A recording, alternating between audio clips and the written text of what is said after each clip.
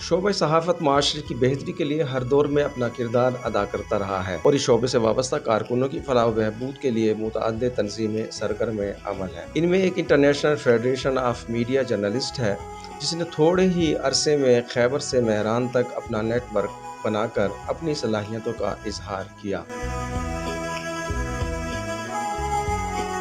ڈیرہ اسماعیل خان میں تنظیم کے دفتر کا قیام عمل میں لایا گیا، جس میں مرکزی چیئرمین میاں محمد آصف شاہین اور مرکزی صدر دلدار حسین بلوچ نے شرکت کر کے تقریب کو چار چاند لگا دیے۔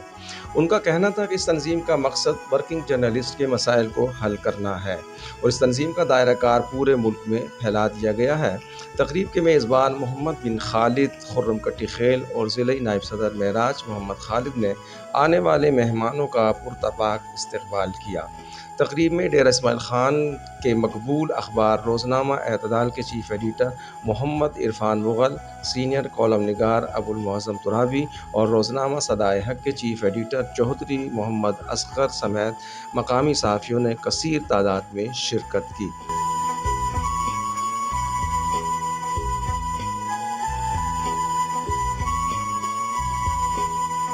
تقریب میں آئی ایف ایم جی کے مرکزی قائدین نے محمد حنیف تہیم کو صوبائی چیف آرگنائزر اور ڈیرہ اسماعیل خان کے ریجنل چیف آرگنائزر محمد بن خالد کو ترقی دے کر صوبائی جنرل سیکرٹری نامزد کیا۔ تقریب میں ضلعی کابینہ کی جانب سے آئی ایف ایم جی کے مرکزی قائدین کو روایتی اجرک کا تحفہ بھی پیش کیا گیا۔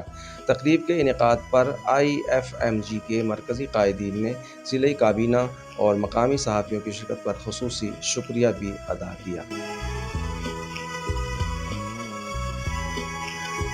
کیمرہ مین عامر بلوچ کے ساتھ ابو المعظم ترابی، اعتدال نیوز، ڈیرہ اسماعیل خان۔